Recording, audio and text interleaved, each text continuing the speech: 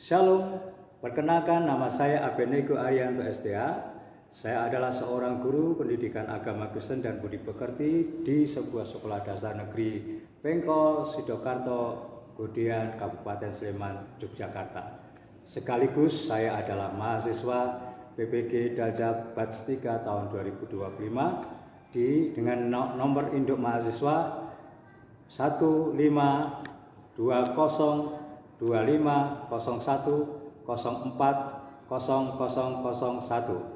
di LPTK Ambon.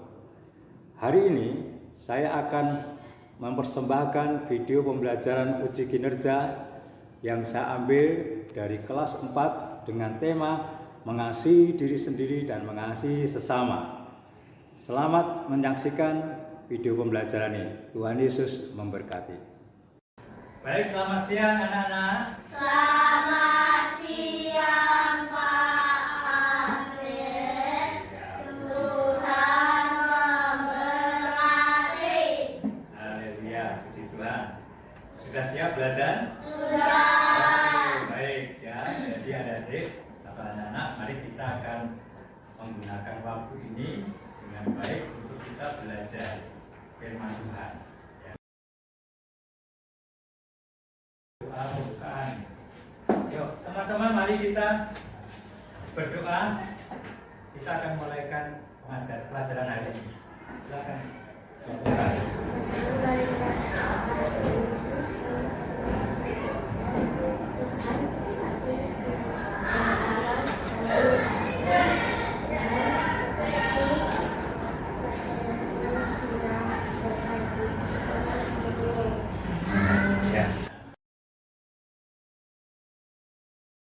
Nah, sekarang pembelajaran hari ini itu temanya adalah, coba kita baca bareng-bareng ya.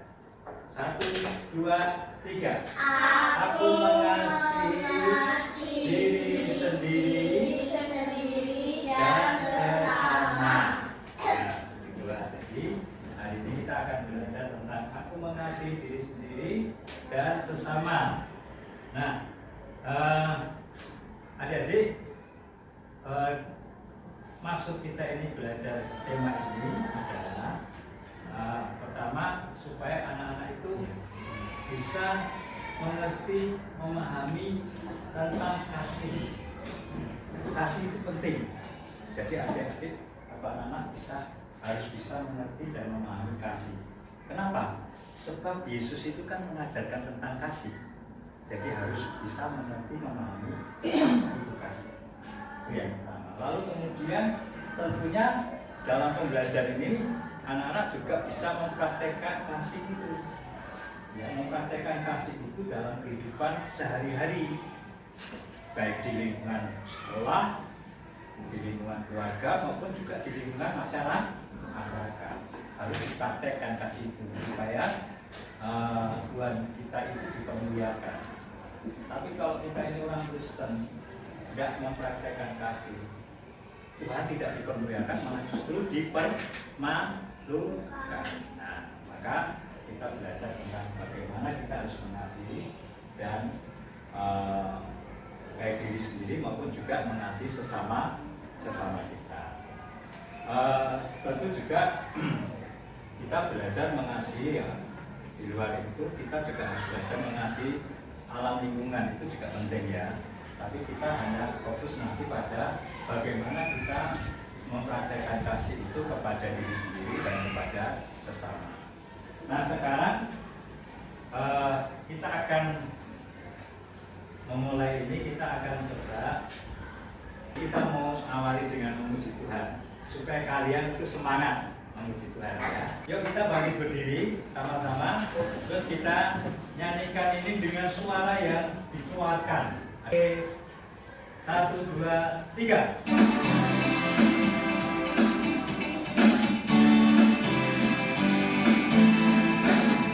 Yesus kita semua anak, semua anak di dunia, kuning, putih dan hitam, semua dicinta Yesus. Yesus kita semua anak di dunia.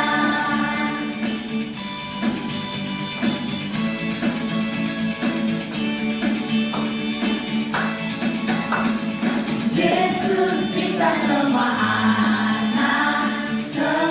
anak di dunia. Putih dan hitam semua dicintai Yesus. Yesus cinta semua anak di dunia. Baik, silakan dulu anak-anak. Ya. Sekarang kita SBK dulu. Jadi sebelum pembelajaran ini kita senang-senang dulu ya. Senang-senang dulu.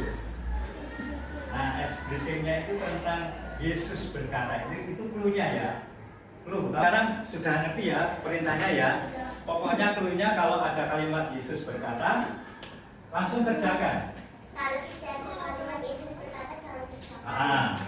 Nah, satu kali Yesus bersama-sama dengan murid naik ke sebuah perahu. Itu muridnya lah capek-capeknya ini. Semalam dia kerja, nangkap ikan nggak dapat-dapat. Lalu kemudian Yesus masuk ke perahu itu dan kemudian dia ngomong. Dia berkata kepada Simon Petrus. Ya, dia berkata kepada Simon Petrus, Petrus, tebarkan jalan ke kanan. Oke, mantap. Kalau ini peragaannya gini, kalian salaman, tepuk tangan. Yesus pada waktu itu bercakap-cakap dengan murid-murid, lalu kemudian dia bilang gini, ada murid bilang gini, Tuhan, kalau saya harus mengampuni orang yang bersalah sama saya itu berapa kali? Ya, berapa kali saya harus mengampuni orang yang bersalah sama kamu? Dan kemudian ketika itu pertanyaan terus, Yesus berkata, kamu harus mengampuni 70 kali 7 kali. Ayo, ya, oke, bagus, semua bisa. Silakan duduk. Ya, jadi sekarang adik-adik saya ajak kita baca ini ayat 6 bersama-sama. Injil 2:3. Injil Markus 12 ayat 30 sampai 31. Kasihlah Tuhan Allahmu dengan segenap hatimu dan dengan segenap jiwamu dan dengan segenap akal budimu dan dengan segenap kekuatanmu. Dan hukum yang kedua ialah kasihlah sesamamu manusia seperti dirimu sendiri. Tidak ada hukum lain yang lebih utama daripada kedua hukum itu. Ini adalah merupakan hukum. Hukum itu seperti undang-undang harus dilakukan, betul. Hukum ini yang ngajarin siapa? Tuhan Yesus. Anak-anak tahu enggak? Ini namanya hukum apa? Hukum kasih. Hukum kasih. Kenapa disebut hukum kasih? Karena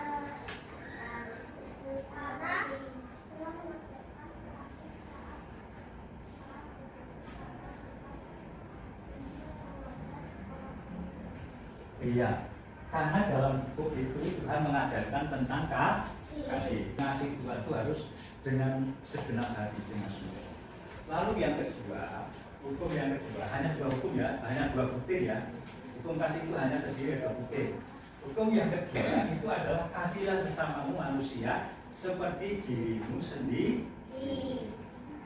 Berarti kita ini kalian ini disuruh untuk mengasihi sesama manusia. Ya. Sesama manusia itu kalau menurut kalian siapa sih? Saudara, teman-teman, kerabat, terus orang tua, ada lagi? Semua orang. Yuk baca yang keras. Yohanes 3 ayat 16. Karena begitu besar kasih Allah akan dunia ini sehingga Ia telah mengaruniakan anaknya yang tunggal supaya setiap orang yang percaya kepadanya tidak binasa melainkan beroleh hidup yang kekal. Ya, karena begitu besarnya kasih Allah kepada siapa? Kepada dunia, kepada manusia. Memang kenapa manusia itu? Kenapa manusia kena? Nah, apa? Iya, manusia itu memang diciptakan serupa dan segambar dengan Allah. Tapi pada akhirnya manusia itu kan jatuh dalam dosa. Nah, Tuhan itu tidak ingin ciptaannya binasa. Maka Tuhan menunjukkan kasih-Nya yang besar itu dengan Dia mati tergantung di kayu salib. Ya, loh, kok Tuhan Yesus mati tergantung di kayu salib? Emang kenapa, Pak? Karena Dia tergantung di Ya, karena kematian Yesus di salib itu adalah untuk menebus dosa. Kita kan berdosa nih, nggak ada manusia yang tidak berdosa. Semua manusia itu berdosa dan terancam binasa. Mati tergantung di kayu salib, sehingga dikatakan salib itu menghasilkan penebusan dosa. Nah, maka itu kita bersyukur ya, kita punya Tuhan yang begitu luar biasa mengasihi kita. Dia korbankan dirinya mati tergantung di kayu salib. Coba bayangkan anak-anak, rasanya mati tergantung di kayu salib itu seperti apa? Kalau dibakar sakit kan? Iya, betul. Iya, betul. Salib juga menghasilkan keselamatan. Keselamatan itu identik masuk surga. Kan tujuan kita percaya kepada Yesus itu supaya kita ini kan masuk surga. Betul atau salah? Betul. Nah, supaya kita masuk surga harus bagaimana? Siapa berani jawab? Apa? Berdoa, beribadah, baca Alkitab. Oke. Ada lagi yang mau jawab?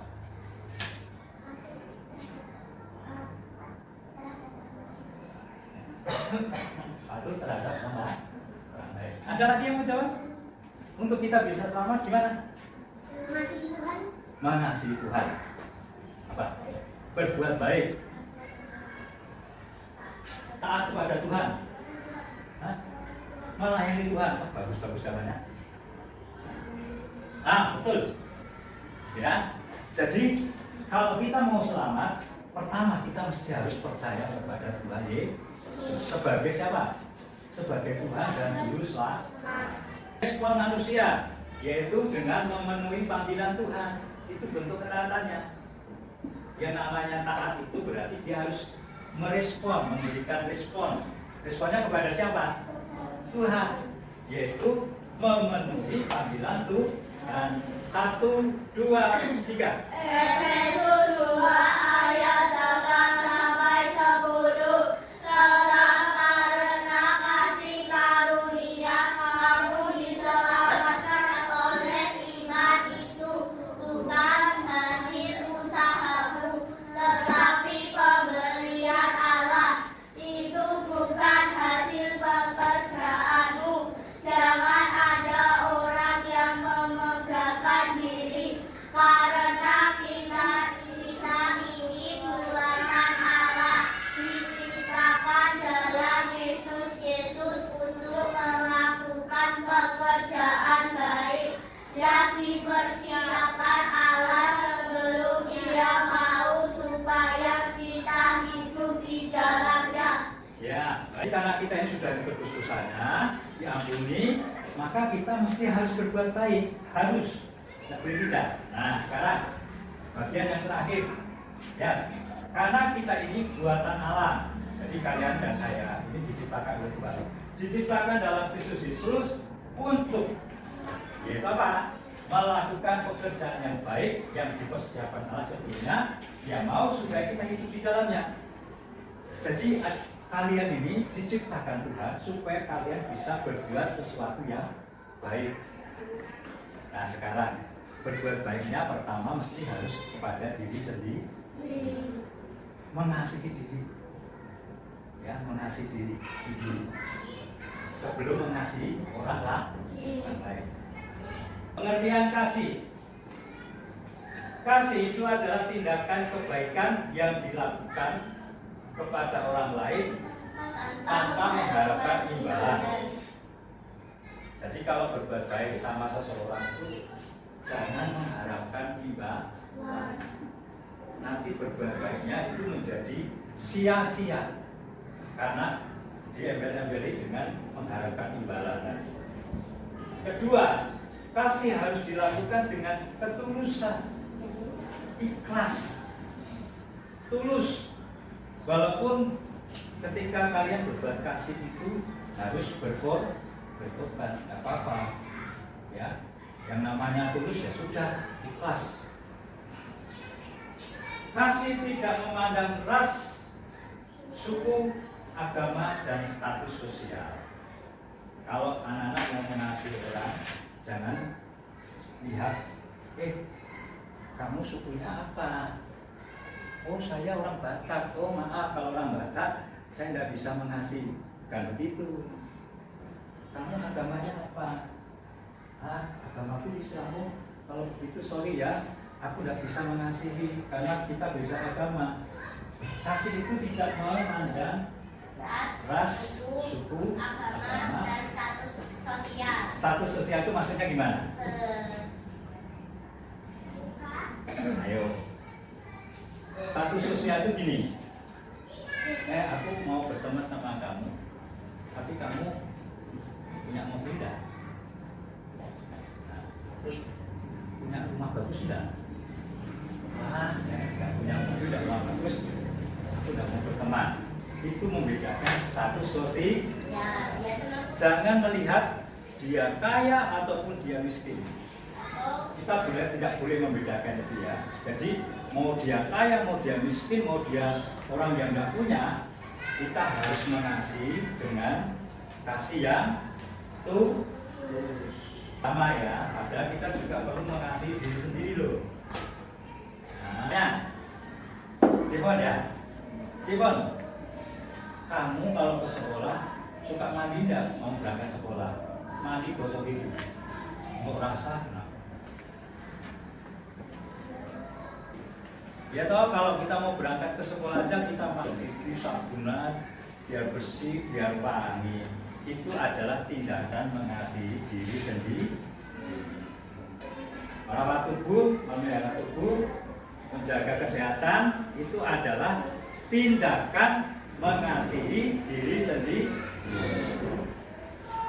Nah, kalau contoh kasih kepada sesama, contoh kasih kepada sesama dalam keseharian. Coba baca satu ini. Membantu orang yang membutuhkan. Membantu orang yang membutuhkan. Nah, dilihat dari gambarnya, anak-anak ini kira-kira apa ini? Ya, saya dengar. Ini apa ini? Tangannya jatuh. Iya betul. Nah, ada orang jatuh, sokor, gitu ya, enggak ya, itu tidak baik. Dibantulah. Kita kalau ada anak jatuh, ditolong gitu. Terus sakit ya, sebentar kamu duduk sini, ambilin apa ya, obat atau apa gitu ya. Nah, itu namanya membantu yang membutuhkan. Ada yang bisa kasih contoh yang lain soal membantu orang yang membutuhkan? Oke.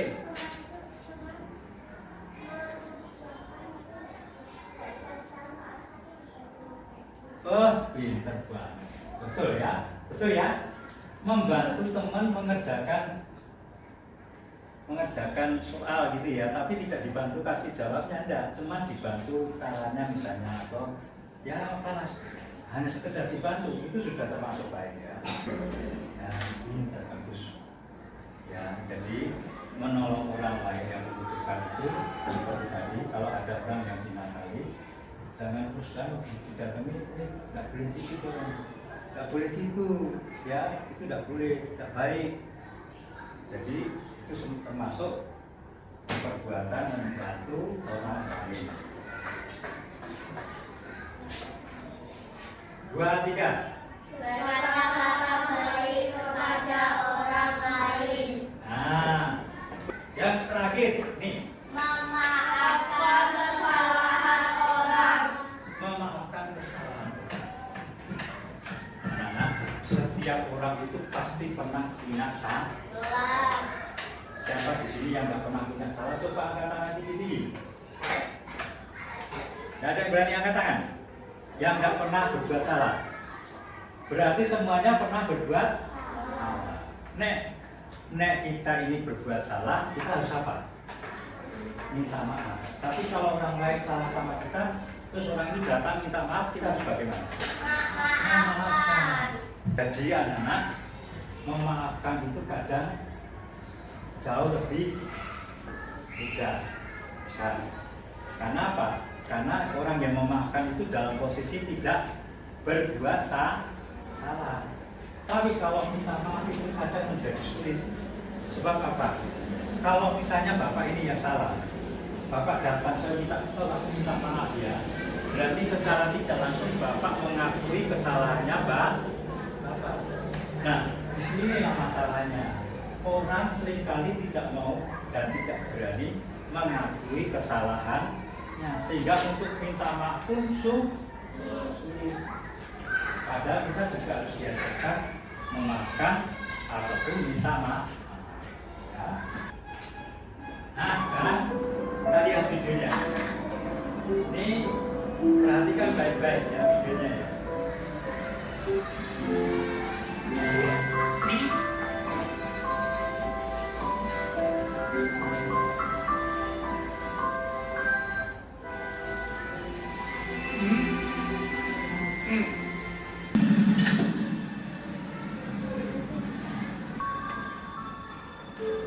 Nanti setelah nonton film ini anak-anak, Bapak akan kasih pertanyaan.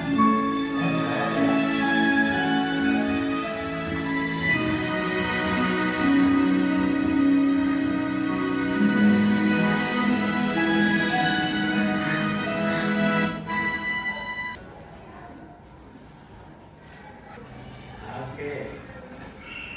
Siapa yang berani menjelaskan tentang video tadi? Ada yang berani? Coba, kalau berani angkat tangan. Tadi Bapak sudah bilang tidak ada yang salah.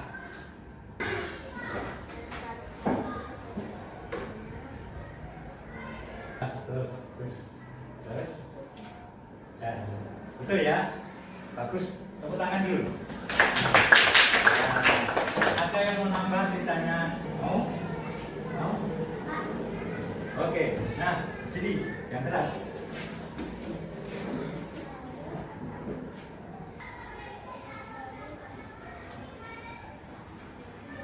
Iya, pintar. Bagus, tepuk tangan. Artinya sama. Artinya yang kalian lihat tadi, kalian mengerti dan memahaminya.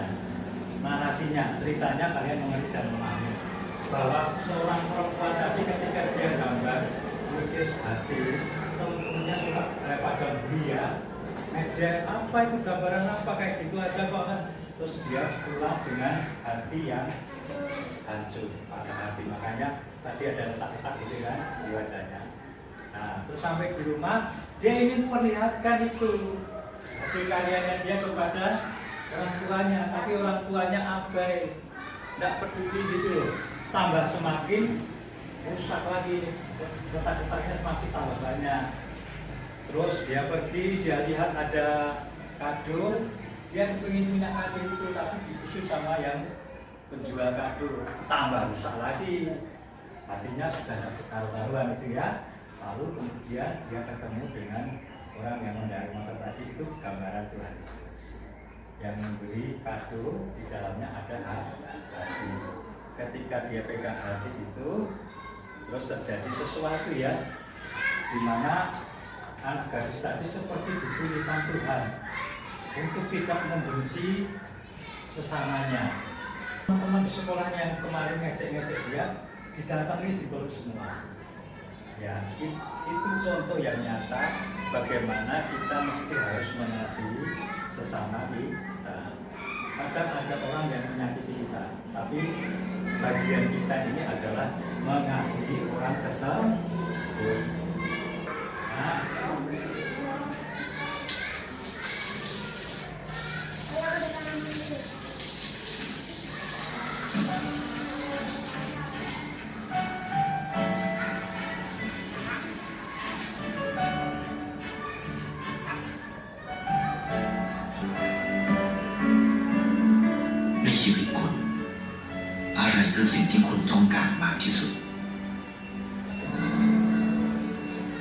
ceritakan dikit aja yang kamu bisa ceritakan tentang.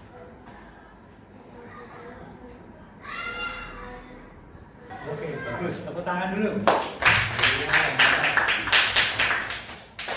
Ya, jadi video tadi itu sebenarnya anak-anak itu menjelaskan tentang seorang pria yang berhati emas. Ya. Kalau Bapak sebutnya berhati emas, sebab apa? Baik sekali orang itu. Dia tunjukkan kebaikan hatinya kepada siapa? Orang-orang lain. Pertama dulu kepada pohon yang hampir mati. Terus nanti di video tadi pohon itu jadi tumbuh sangat sehat ya. Dia berbaik hati dengan seekor apa itu binatang apa? Anjing. Dia juga berbaik hati dengan sesamanya manusia. Dari mulai ibu-ibu yang dorong gerobak, ibu dan anak yang mengemis di jalan, dibantu, gitu. Terus seorang nenek yang sudah tua dikasih berkat dalam bentuk pisang.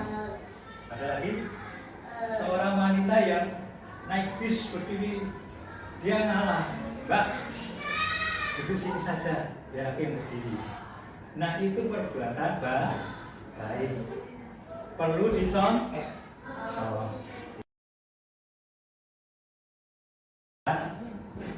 Diskusi kelompok yang sana tadi itu tadi kelompok sadra.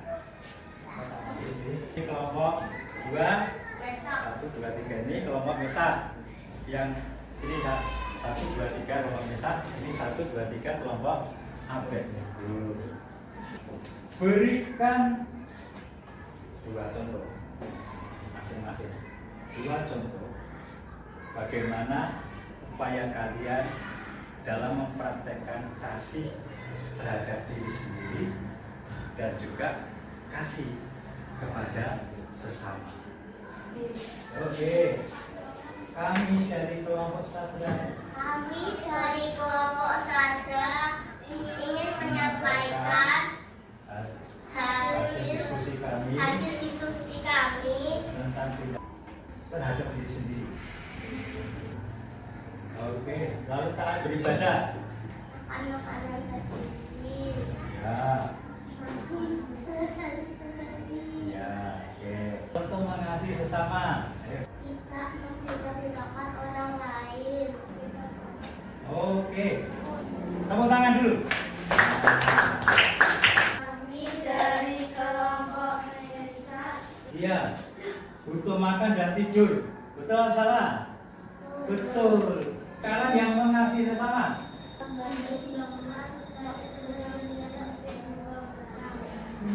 Oke, membantu teman yang tidak membawa bekal. Betul. Kasih aplaus. Ya, itu ya.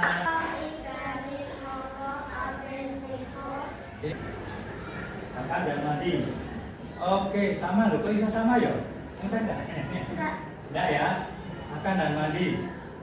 Sesama manusia. Oh, ya betul. Tepuk tangan dulu. Ya, betul. Ini ada sedikit saja mengerjakan. Ini cuma tinggal centang gitu ya.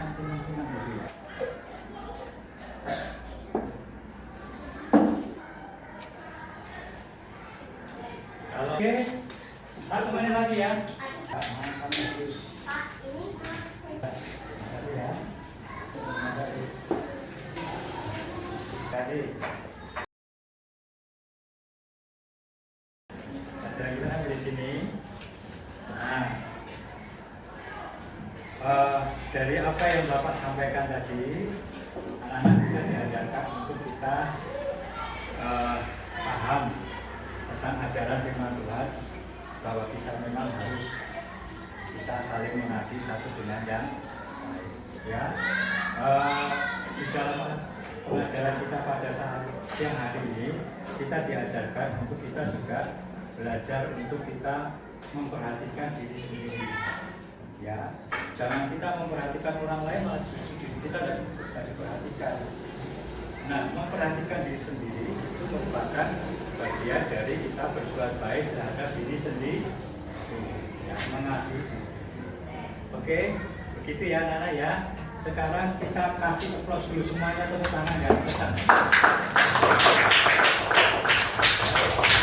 Nah, anak-anak, mari kita akan akhiri pertemuan pelajaran kita siang hari ini dengan doa penutup. Semuanya bangkit berdiri ya, bangkit berdiri. Nah, bangkit berdiri, kita lipat tangan, tutup mata, kita akan berdoa. Ayo.